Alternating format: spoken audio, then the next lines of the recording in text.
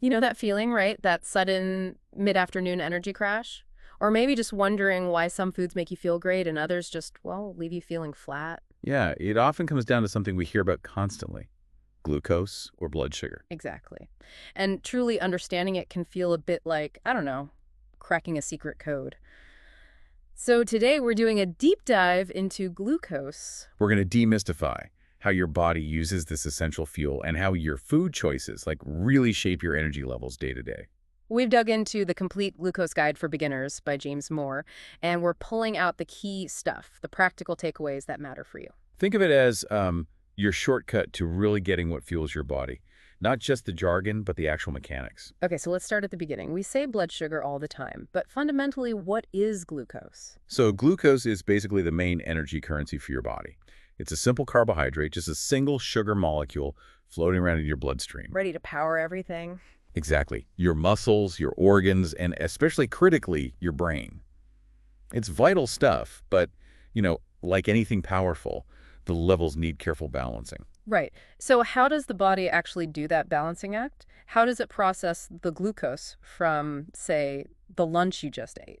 Well, it's a pretty amazing system. It starts the moment you eat, really. Enzymes begin breaking things down, and then a major player steps in, the pancreas. Ah, the pancreas. Yeah. Crucial, right, because it releases insulin. We've all heard of insulin, but what's it actually doing in there? Insulin is fascinating. You can think of it like a master key. When your blood sugar goes up after eating, the pancreas releases insulin. And that key. That key unlocks the doors on your muscle cells, your fat cells, your liver cells, allowing the glucose to actually get inside and be used for energy right away. And that energy powers everything, but you mentioned the brain specifically. It's Yeah. super reliant on glucose, isn't it? Oh, absolutely. It's the brain's main source of fuel. Your nerve cells need a constant supply to process information, keep you alert, thinking clearly. All of it. Okay, so glucose gets in, powers the cells, powers the brain. What happens if there's, like, leftover glucose after those immediate needs are met? Your body's smart about that too. It doesn't waste it. Oh, yeah. The excess glucose gets bundled up and stored as something called glycogen, Glycogen. And where does that get stored? primarily in your liver and your muscles. And it's a decent amount. You actually store enough glycogen to fuel yourself for, well, roughly a day or so. A whole day's worth of backup fuel. Okay, so the body uses what it needs, stores the rest, but what happens when blood sugar starts to drop? Maybe you haven't eaten in hours. How does it prevent a crash? That's where another hormone from the pancreas comes into play. Glucagon. Glucagon. Okay. Yeah, glucagon is made by different cells in the pancreas, the alpha cells, Mm. and it basically sends a signal to your liver, Telling it. telling it, hey, release the reserves. Yeah. It triggers the liver to break down that stored glycogen back into glucose and release it into the bloodstream to keep your levels stable. So the liver is like the bank holding on to the reserves. Exactly. And the liver's even more clever. It can also make new glucose from other things like waste products, amino acids, and fats. It's called gluconeogenesis. Wow. So it's a really dynamic, constantly adjusting system. Truly intricate, always aiming for balance. So knowing how complex this all is, how do people actually, check their own levels? If someone wants to understand their personal energy patterns, what's the method? Well, the most common way, especially at home, is actually pretty straightforward. It involves a little finger prick with a device called a lancet, Yep, seen those. a tiny drop of blood onto a test strip, and then you pop that strip into a glucose meter. You get a reading in like less than 20 seconds usually. Quick snapshot. So what numbers are we looking for? What's considered a normal range in this system? Okay, so for a fasting blood glucose that's before you've eaten anything, like first thing in the morning, you ideally want to be between 70 and 99 milligrams per deciliter, or mgdl. 70 to 99, got it. And after a meal? About 2 hours after you eat, it should ideally be 140 milligdl or less. And there's another test, the A1C. Right, the longer term view. Exactly. It gives you an average over a few months. A normal A1C is typically between 4 and 6%. Okay, those are the targets. But life happens. What are the common things that can throw those numbers off and cause a spike? Well, besides the obvious one, a really big, carb-heavy meal stress is a huge factor. Stress raises blood sugar. It definitely can. Other illnesses, too. Not getting enough physical activity is another big one. And for people managing diabetes, missing medication doses is a common trigger. They all disrupt that careful balance. So if levels do shoot up too high, what's the fix? For someone with diabetes, I know synthetic insulin is key. but for others, or less severe spikes. Yeah, for diagnosed diabetes, insulin is often necessary. But in less severe situations, or for people without diabetes, simply getting some physical activity can actually help bring those levels down. Your muscles use up glucose when you move. Makes sense. And the flip side, what if levels dip too low? Below 70 milli-GDL, you said? Right, that's hypoglycemia. And yeah, below 70 is the threshold. It can be quite serious. It might happen if medication timing is off, or sometimes from eating too little combined with, say, a lot more exercise than usual. So what do you do then? The immediate fix is usually getting some fast-acting sugar in eating a meal, drinking juice. Some people carry glucose tablets. But, and this is crucial, if someone actually loses consciousness, that's a medical emergency. Call for help immediately. Okay, so it's clear maintaining balance is key. But let's talk about the long game. What happens if glucose levels are just consistently out of whack, especially too high over time? What are the dangers? The long-term consequences are really significant. We're talking about serious damage. Uncontrolled high glucose can lead to nerve damage. That's neuropathy, often felt in the feet and hands. Painful, I hear. It can be. Also, heart disease, potential blindness due to damage in the eyes, persistent skin infections, major problems in joints and extremities, especially the feet. Feet seem particularly vulnerable. They really are, due to circulation and nerve issues. It can also lead to severe dehydration, and in extreme cases, even coma. And then there are more acute, life-threatening conditions linked mainly to diabetes, like DKA. Diabetic ketoacidosis. Right, where the body burns fat too fast because it can't use glucose, creating harmful acids. And another one called HHS, hyperglycemic hyperosmolar syndrome, which is severe dehydration from extremely high sugar. It just underscores how vital regulation is. Absolutely. And that regulation issue brings us squarely to diabetes. You mentioned it's basically what happens when this whole system goes wrong. Can you break down the main differences between type 1 and type 2? Sure, they're often confused, but they're quite different at their core. With type 1 diabetes, the issue is that the pancreas essentially stops making insulin altogether. Stops completely. Why? It's usually an autoimmune attack. The body's own immune system mistakenly destroys the insulin-producing cells, the beta cells, in the pancreas. So no insulin means glucose can't get into the cells. So blood sugar just keeps rising. Exactly. Very high blood glucose, hyperglycemia. People with type 1 absolutely need to take insulin from an external source, injections, or a pump just to survive. Okay, that's type 1. How does type 2 differ? Type 2 is more common and it's different. In type 2, the pancreas usually does still make insulin, at least initially. The main problem is what we call insulin resistance. Resistance, meaning the cells don't listen to the insulin. Pretty much. The insulin is there, but the locks on the muscle, fat, and liver stings aren't working properly.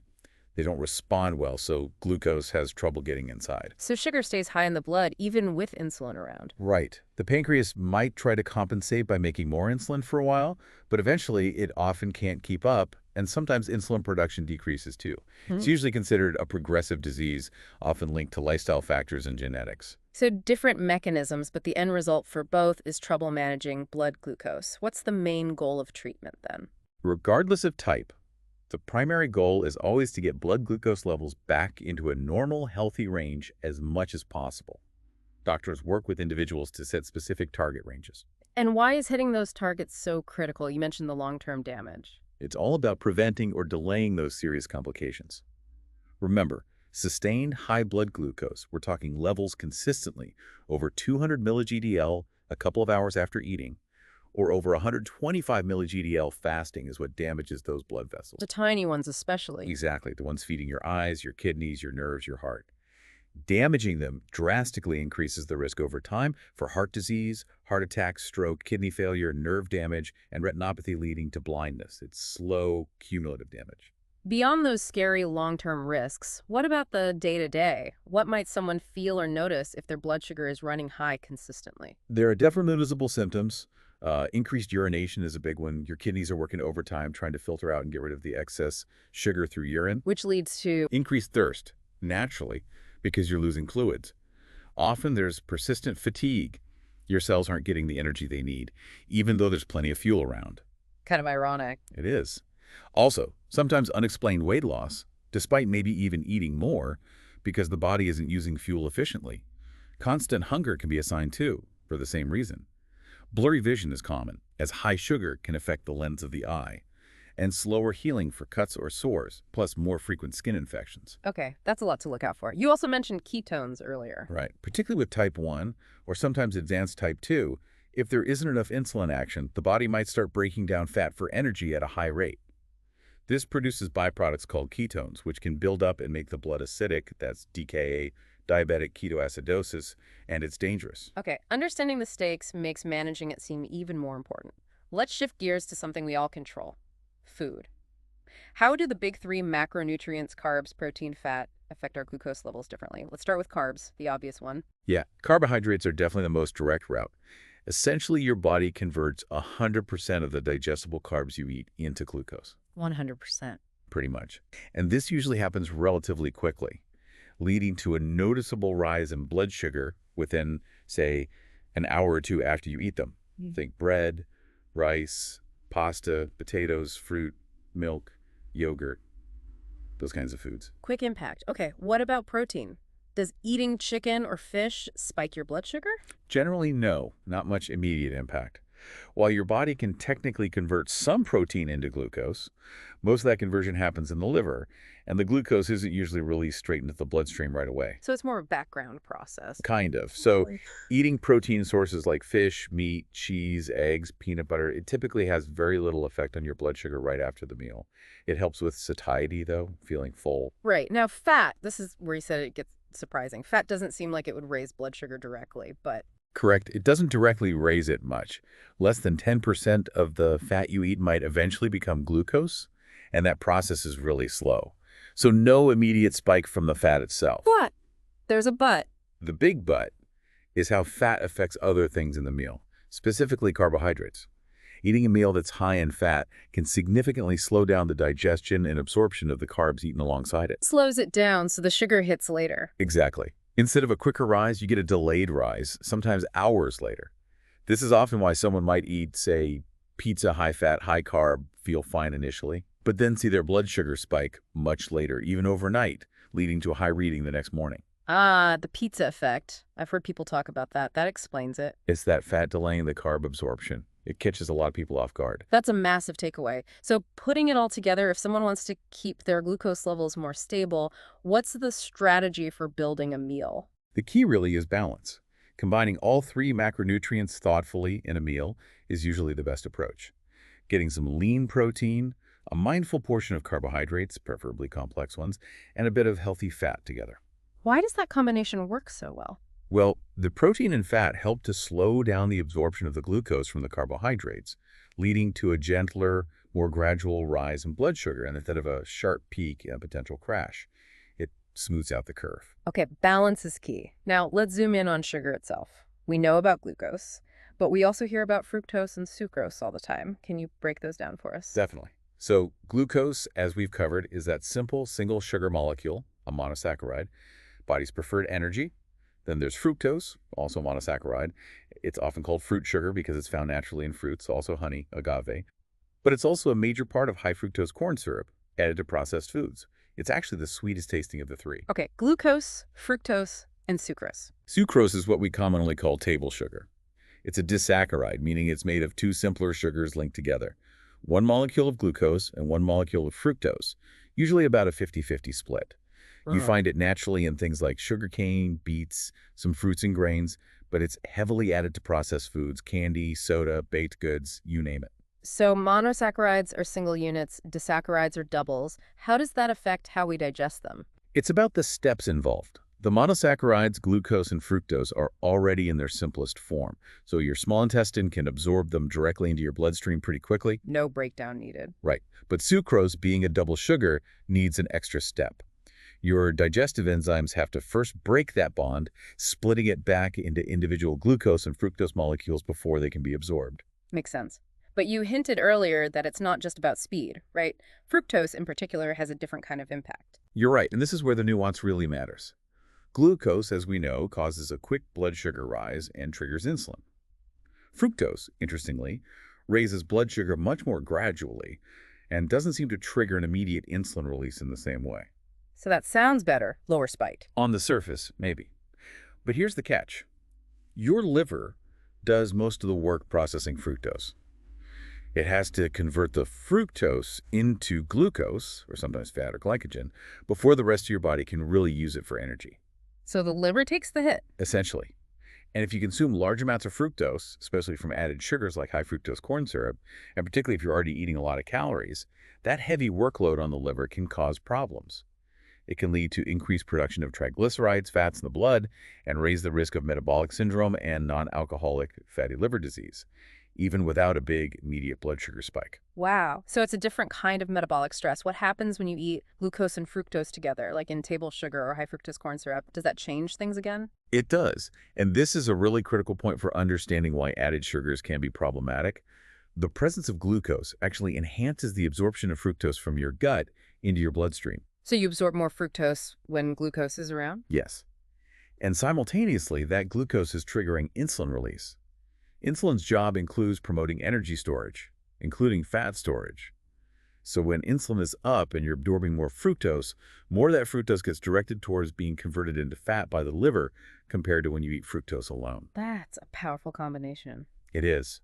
This synergistic effect, glucose boosting fructose uptake and insulin promoting fat storage from it, is thought to be a major reason why high intake of added sugars, which are often a mix of glucose and fructose, is so strongly linked to health issues like obesity, insulin resistance, and cardiovascular problems.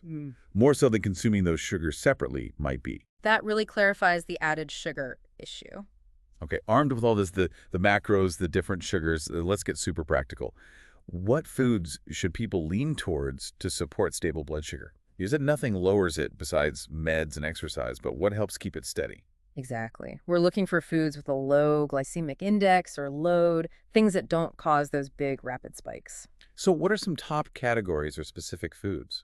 Well, focusing on healthy fats and quality proteins is a great start. Avocados are fantastic. Those healthy MUFAs and PUFAs actually improve insulin sensitivity. Oily fish like salmon, mackerel, tuna packed with omega-3s and protein, very little blood sugar impact. Plus, they help you feel full. Eggs, too, you mentioned. Yep, eggs are pretty much pure protein, zero GI, great for satiety. Then think about fiber. Fiber is your friend for slowing sugar absorption. Like leafy greens. Absolutely. Spinach, kale, chard loaded with fiber, magnesium, vitamin A. Studies link higher intake with lower type 2 diabetes risk. They have incredibly low GIs. And things like chia seeds, tiny nutritional powerhouses packed with fiber, healthy fats, antioxidants, very low GI, and can even help with cholesterol. Okay, fats, proteins, fiber, any other surprising allies? Yeah, a few. Garlic shows promise for lowering fasting glucose. It doesn't even have a GI ranking because it lacks carbs. For fruit, think sour cherries lower GI than many fruits, and their anthocyanins might protect against diabetes. Antho what? Anthocyanins, they're antioxidant pigments, the red-purple color. They might inhibit some digestive enzymes, slowing sugar release, and believe it or not, apple cider vinegar. Really? How does that work? The acetic acid in it seems to reduce the activity of certain stomach enzymes and improve insulin sensitivity after meals. Just a bit diluted in water before eating can potentially blunt a blood sugar spike. Interesting. What about nuts and maybe chocolate? Definitely nuts. Almonds, walnuts, pistachios, most nuts are low GI, packed with healthy fats, fiber, protein. They really help regulate post-meal blood sugar and improve insulin sensitivity. Almonds have a GI of 0, just watch portions, they're calorie dense. And yes, cacao, the source of chocolate. The good stuff. The really dark stuff, ideally 70% cacao or higher, or cacao nibs. It contains a flavanol called epicatechin that seems to help regulate glucose production and stabilize blood sugar. Berries, too. Blueberries. Yes. Blueberries, blackberries, high in fiber, and those anthocyanins again. They can slow digestion after starchy meals and improve insulin sensitivity. Low glycemic load. And when we do eat carbs, what are the better choices? Go for whole grains over refined ones whenever possible. Things like quinoa, millet, oats, whole wheat bread, or pasta.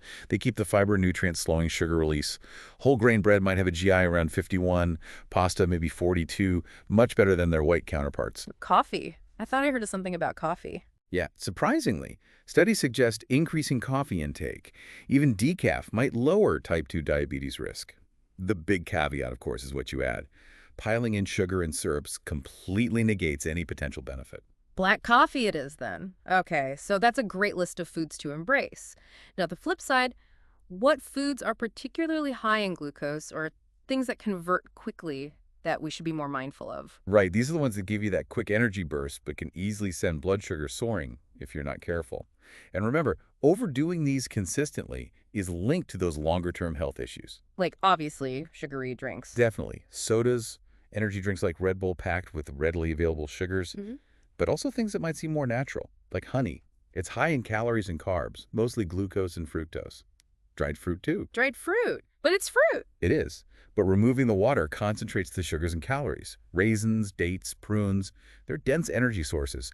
Great for quick recovery for athletes, maybe, but can cause big spikes. Medjool dates are particularly high in glucose. Okay, concentrated sugars. What else? Condiments.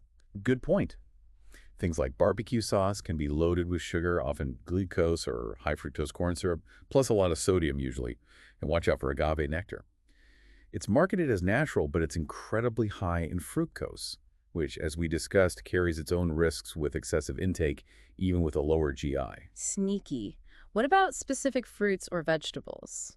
Some fruits are naturally higher, especially when very ripe bananas, grapes, tropical fruits like jackfruit. And corn, maize, is noteworthy because commercial glucose is often made from cornstarch. So corn itself and corn syrups are significant sources. And things like potatoes, rice. Exactly. Even though they're starches, not simple sugars, they break down into glucose quite readily in your body. So large portions of starchy foods like potatoes, white rice, white bread will definitely raise blood sugar significantly. Same goes for lactose in dairy products like milk and yogurt. It breaks down into glucose too. So it's not just about sugar listed on the label, it's the total carbs and the type. Precisely. Yeah. It's the whole picture. The type of carb, the amount, and what you eat it with that determines the impact on your blood sugar. Wow, we have covered so much ground today. From the basics of glucose as fuel to the amazing balancing act your body performs with insulin and glucagon, the risks when it goes wrong, and how profoundly different foods, even different sugars, impact that balance. It really is a fascinating journey into how our bodies work at such a fundamental level. It absolutely is. So as you're digesting all this information, here's something to think about. Knowing now how your body can get glucose from carbs, protein, and fat, and how things like fat can cause those delayed reactions.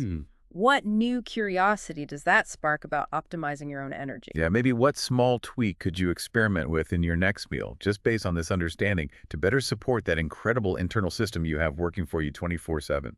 What little change might unlock more stable, sustained energy for you?